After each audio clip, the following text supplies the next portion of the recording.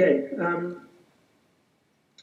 I think, so I'll answer them as if you haven't asked the question. I guess that's the point, because you won't be showing the question. So I think what's happened is there's always been a debate and lots of discussion about the role of management versus the role of shareholders going back to Brilliant Means, I think in the 1930s and so on. And economists and financial people, finance professors like what's his name, Jennings at Harvard, figure they solved that problem with their views of shareholder value.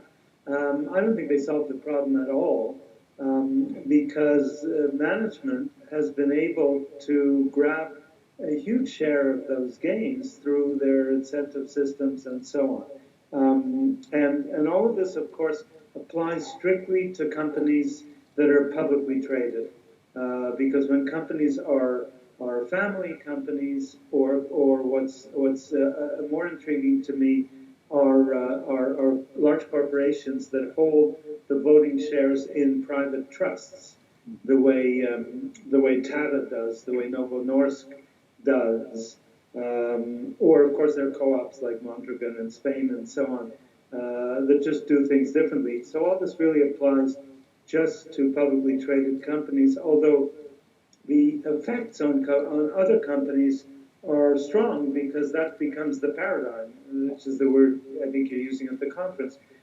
That becomes the paradigm. And the paradigm is not just shareholder value or not just profit maximization. I think the paradigm is more, in capital letters, M-O-R-E, just more and more and more. And more profit, more value to the shareholders, and so on and so forth.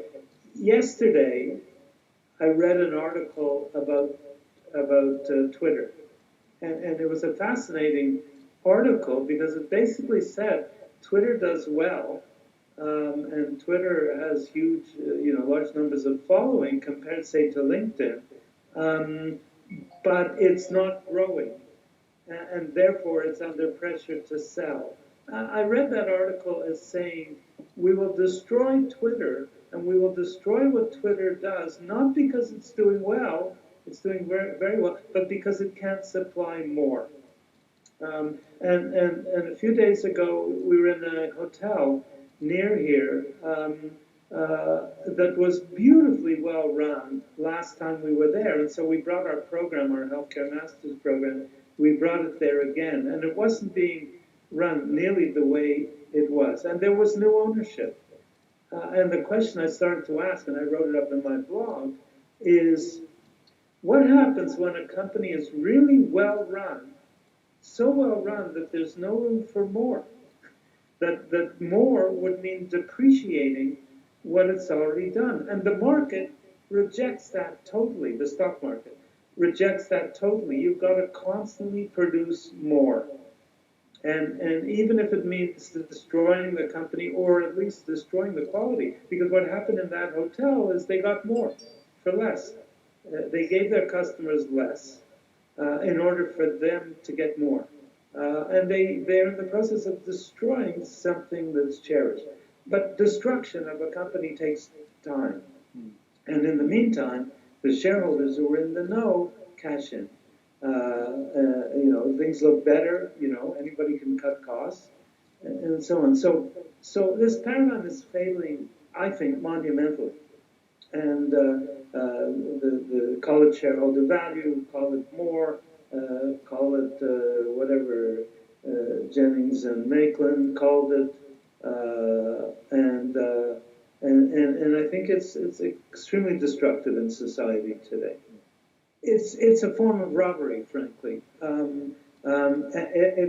It is absolutely and utterly dishonest, and I'll tell you why I think so. From the very first example I saw, going way back in, I don't know what year it was, in the 70s or whenever, when Margaret Thatcher was Prime Minister of England, she privatized the water companies. And the first thing the boards of those water companies did was double the salaries of the chief executives running those water companies. And there was a big scandal and a big outcry in England about the boards having done this. And their answer was, we're only paying market rates. Well, wait a minute. These were the exact same chief executives who were perfectly happy to work at half the salary before they privatized the water companies. This has nothing to do with markets. Executive pay has nothing to do with markets. It has nothing to do with paying for contribution.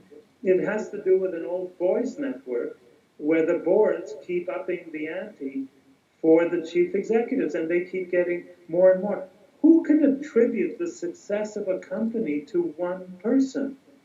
Usually, more often than not, that person is simply cutting in ways that are damaging the company in the long run, but making it look better in the short run. You know, you get rid of R&D, you cut back maintenance. We all know those tricks. And they fool nobody except the shareholders who are not watching. And so they get screwed. And so executive compensation is both destructive. Look, I'm on record as saying that any chief executive who accepts to be paid several hundred times as much as the people working in his or her company is not a leader. Okay? There are almost no leaders left in the Fortune 500. They all accept to be paid. Almost everyone of them accept to be paid that way. I did a long article in the Wall Street Journal, of all places, years ago, and they repeated it again several years later. They liked it so much they repeated it, and I said, get rid of executive bonuses, period. And I was amazed at the letters I got from people, even Volcker, who said bravo, and from people on boards, from chief executives and so on, who said it's awful, and we can't do anything about it. It was kind of interesting because the people who wrote to the email address were almost, even the Wall Street Journal, were almost all positive. The people who wrote on the public sort of blog discussion, who called me a fascist and a communist and all kinds of crazy things, but the people who knew, you know, when you have a situation where Fortune magazine has been writing about this for years, you're going back to the 80s or 90s, I can't remember the first article I saw, but they've done, and they did an article not very long ago which showed the chief executive dressed up as a pig. This is Fortune magazine. And yet it goes on and on, never stops, and so on. And here we have Donald Trump saying, you know, saying he's going to resolve these problems, and he's the biggest thief of all. Well, I applaud corporate social responsibility when it's serious. But anybody who thinks it's going to make up for corporate social responsibility has their head in the sand, okay? Because there is so much corporate social irresponsibility around that corporate social responsibility will not solve it. And although I applaud what people do when they do it honestly, which is not always the case, but sometimes the case, I also think that companies that do well by doing good, as they say, are fine. I'm glad companies are producing windmills and solar panels and all that. But there's no win-win wonderland. You have oil companies that are lobbying like mad, and coal companies that are fighting like mad to maintain their entitlements. And so that's not going to solve the problem. So what will solve the problem?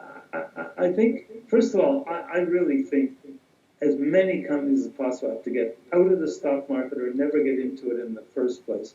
There are other ways to raise capital, you know, and there are lots of co-ops. Mondragon in Spain is a wonderful example of how you can fund yourself without having to issue shares. I mentioned before Tata and Novo Nordisk that are publicly traded, but keep the voting shares within trusts, usually family trusts or something like that. And so the stock market analysts can push them around. We just need much, much more of that. But stepping back more broadly, you know, I wrote a book called Rebalancing society, maybe I should give a little pitch for my book here. Thank you. Thank you. We are going to mention it, obviously. Okay. But the theme of that book is that there are three sectors in society, not two, not just public and private, and a balanced society balances itself on three legs of a stool, of a little chair.